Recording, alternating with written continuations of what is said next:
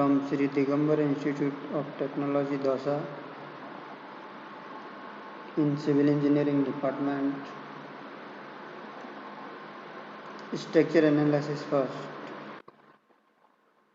Today, now I will be discuss on slope deflection method. This method is a force method. First, introduction. This unit is usually to analyze indeterminate structure.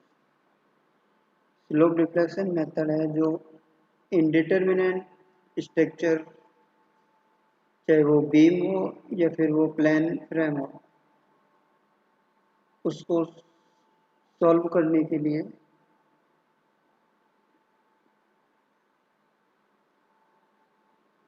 जैसे कि कोई frame है और beam है, वो मेरा क्या होना चाहिए, रिजिड जॉइंटेड।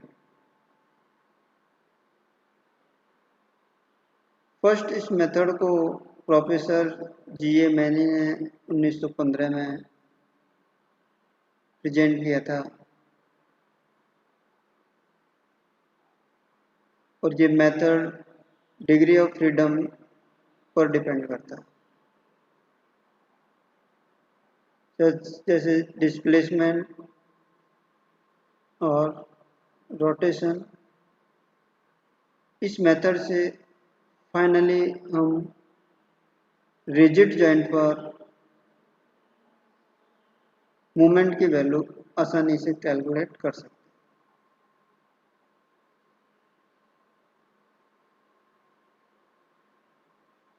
इस मेथड्स के ऑब्जेक्ट्स क्या हैं?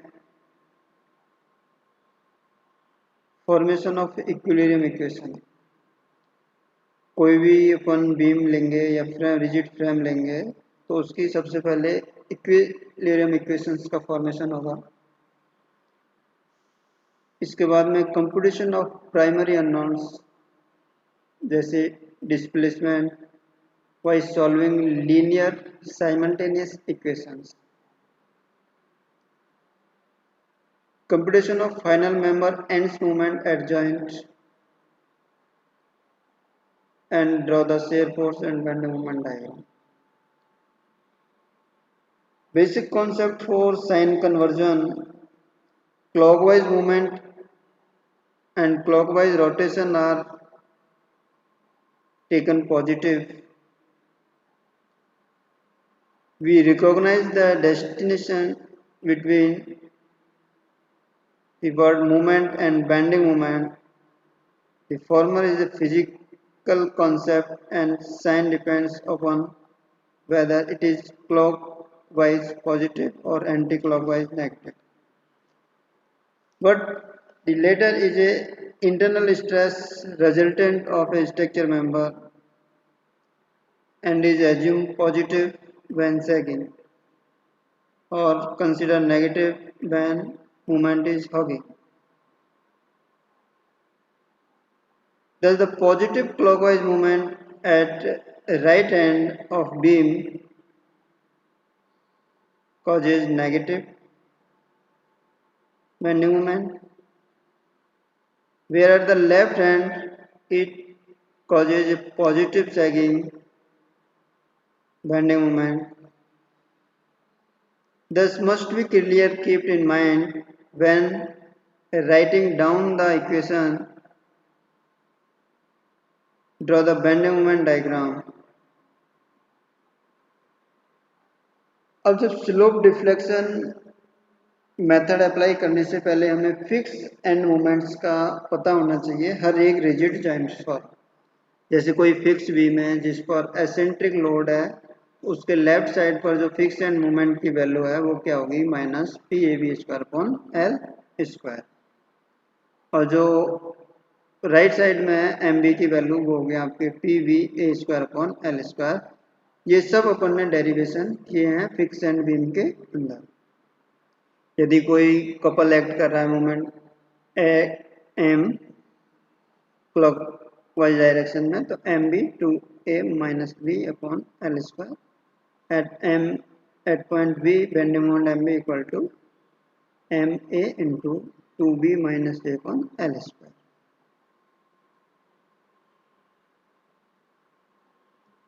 सिमिलर यदि 2 पॉइंट लोड एक्ट कर रहे हैं फिक्स बीम पर, तो ए पॉइंट पर जो बेंडिंग मोमेंट की वैल्यू होगी minus P A L minus A upon L, B point पर P A L minus A upon L. यदि यूडीएल एक्ट करता है तो डब्ल्यू एल स्क्वायर अपॉन 12 और W L square upon 12 positive. Similar यदि UBL है, UBL वाले case में हो जाएगा minus W L square upon 30 at point A and point B W L square upon 20।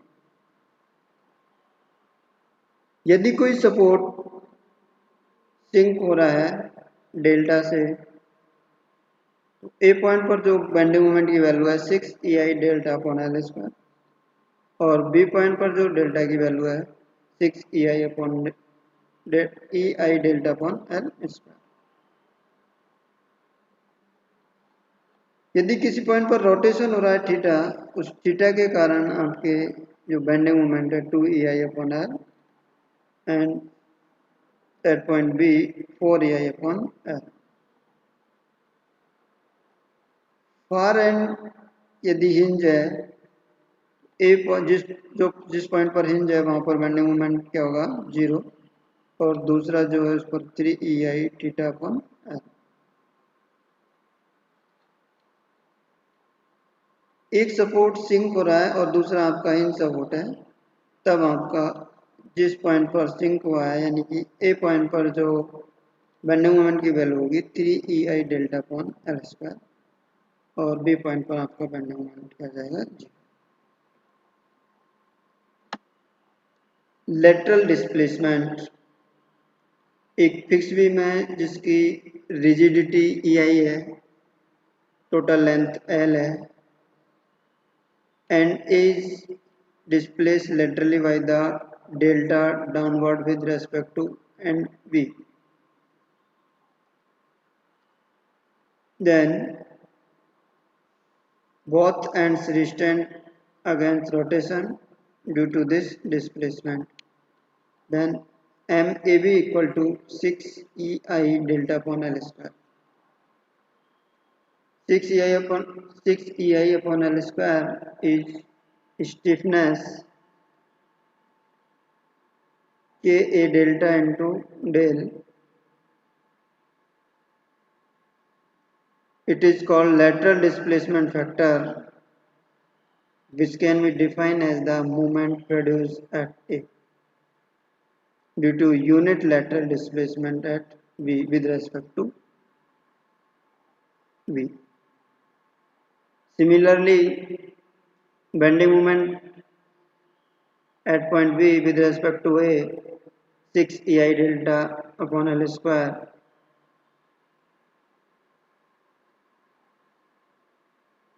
अब फर्स्ट अपॉन जब अपन स्लोप डिफ्लेक्शन मेथड्स को सॉल्व करते हैं, तो अपन को जो फर्स्ट स्टेप होगी वो क्या होगी, मेरी calculation of fix and moments. जो टेबल में जितनी भी फिक्स एंड मोमेंट्स की वैल्यू दे रखी हैं वो अपन को नॉन होनी चाहिए। इसके बाद में मुझे रिलेशन निकालना पड़ेगा हर एक जॉइंट पर, और जॉइंट पर जो रिलेशन होगा वो होगा आपके M A B equal to 2 E I upon L 2 theta A plus theta B plus 3 delta upon L plus M F A R. Similarly M B A equal to 2 E I upon L theta A plus 2 theta B plus 3 delta upon L plus M F B A. ये आपके slope deflection की equations हैं। यहाँ पर आप value put करेंगे theta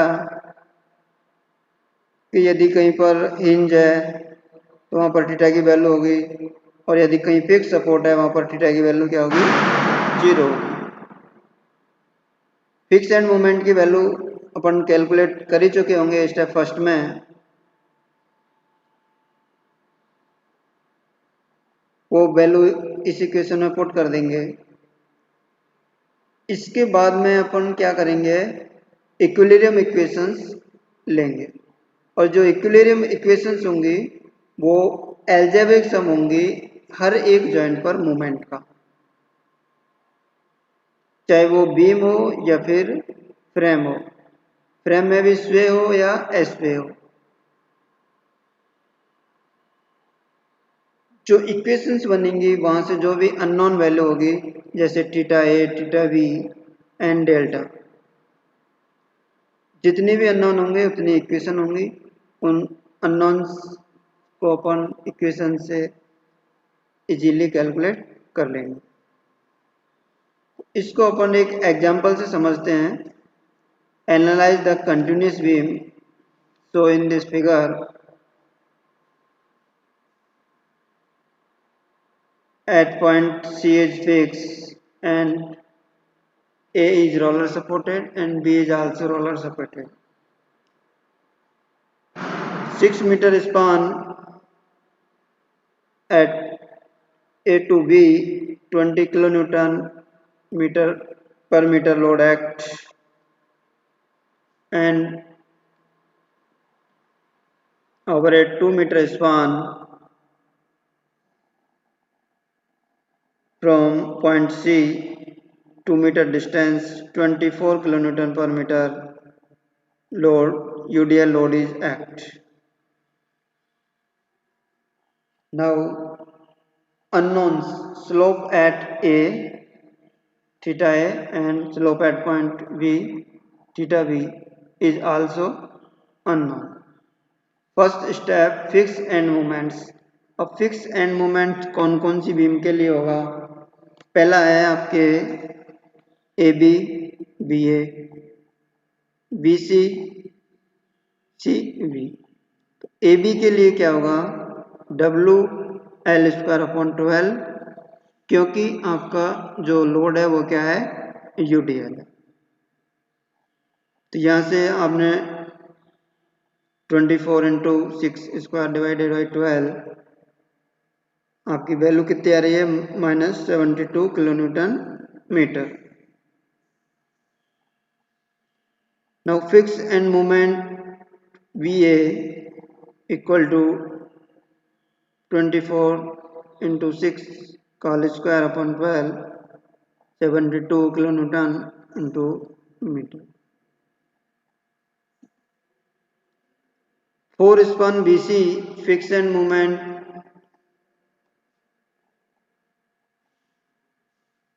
-60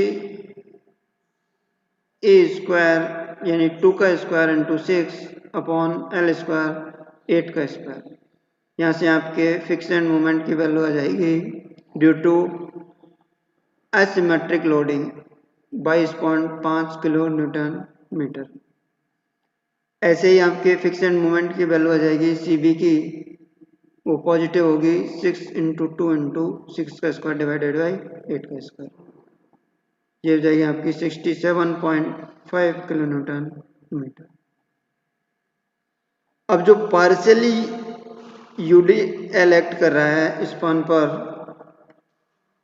24 kilo Newton पर metre over ए 2 metre span, इसके कारण जो फिक्स एंड मोमेंट होगा उसकी वैल्यू होगी आपकी MF double dash BC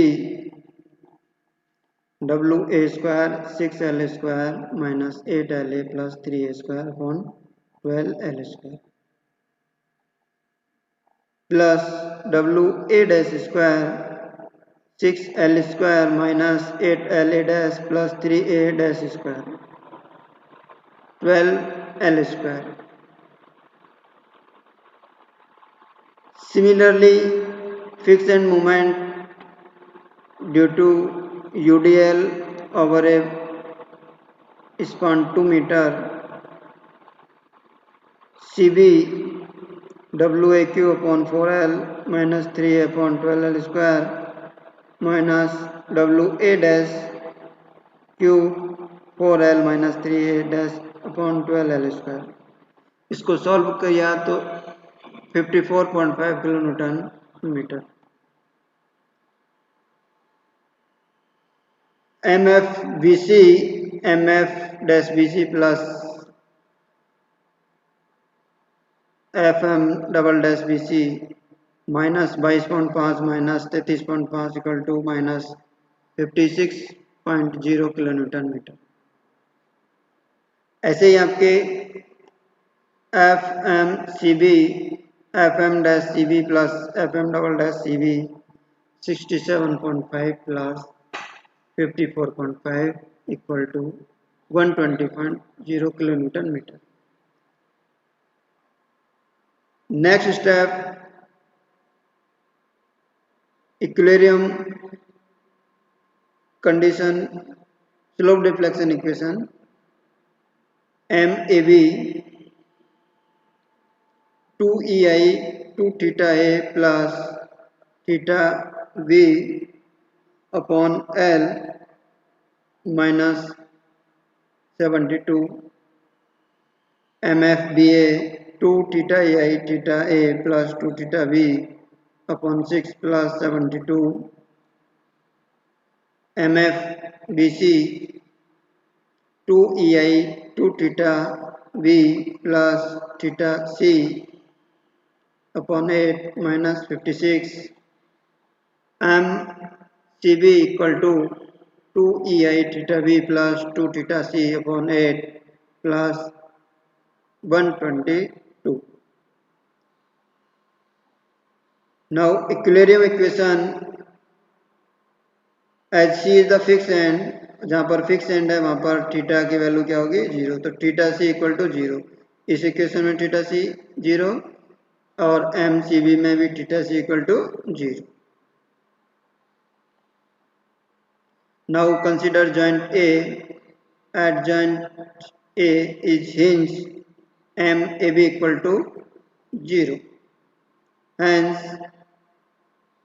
from equation 1 AI 2 theta A plus theta B upon 3 minus 72 equal to 0 because movement MAB equal to 0. Then 2 theta A plus theta B equal to 216 upon AI. At joint B, MBA plus MBC equal to 0. 2EI theta A plus 2 theta B upon 3 plus 72 plus EI theta B plus 0 upon 4 minus 56 equal to 0. Then 2 theta A plus 7 theta B equal to minus 96 upon EI, equation 2। अब देखिए यहाँ से equation 1 और equation 2 में दो unknown है, theta ए और theta B, और दो मेरे पास इक्वेशन है। इन दोनों को मैं सॉल्व करके यहाँ से थीटा ए और थीटा बी की वैल्यू निकालेंगे। तो जो थीटा ए की वैल्यू होगी 134 upon A I and theta B की वैल्यू होगी minus 52 upon A I. Negative साइंस is indicate anticlockwise rotation and positive sign is indicates clockwise rotation. Now final bending moment draw, then theta A and theta B की जो value है वो मैं कहाँ पर पुट करूँगा, equation B MBA and MVC वाली में। अब यहाँ से आपके जो वैल्यू आएगी MVC, MCB और MAB की वैल्यू 0 है ही है ऑलरेडी। आपसे MAB 0, MBC, MBA, MCB की वैल्यू जो फाइंड आउट होंगी वो आपकी ये होंगी, क्योंकि यहाँ पर मैंने थीटा A और थीटा B की वैल्यू को पुट कर दिया है। पुट करने के बाद में जो वैल्यू आएंगी मेरी वो आपके फाइनल बेंडिंग मोमेंट की वैल्यू होंगी। MBA की वैल्यू आई है 82 kilo newton metre clockwise movement, MBC की वैल्यू आई है 82 kilo newton metre anticlockwise movement, और MCB की वैल्यू है वो है आपकी 109 किलोन्यूटन मीटर क्लॉकवाइज मूवमेंट। अब जब फाइनल बेंडिंग मूवमेंट डायग्राम बनाना है मुझे, तो मैं फिर से एक बार रिमाइंड करा रहा हूँ कि जो क्लॉकवाइज मूवमेंट है उसे हम क्या कंसिडर करेंगे, पॉजिटिव, और एंटी क्लॉकवाइज मूवमेंट है उसे हम क्या कंसिडर करेंगे, नेगेटिव। बट जब फाइनली साइन होगा, जैसे ए बी स्पान के लिए जो डायग्राम बनाएंगे, यदि लेफ्ट साइड में नेगेटिव मूवमेंट है तो उसको अपन कहाँ बनाएंगे, बीम के ऊपर। और यदि राइट साइड में पॉजिटिव बेंडिंग मूवमेंट है उसको अपन कहाँ बनाएंगे, बीम के ऊपर।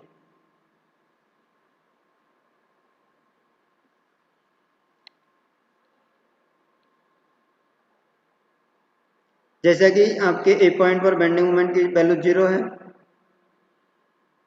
बी पॉइंट पर आपके बेंडिंग मोमेंट की वैल्यू 82 है। अब 82 आपकी बी पॉइंट पर जो वैल्यू है वो क्या है आपकी, पॉजिटिव।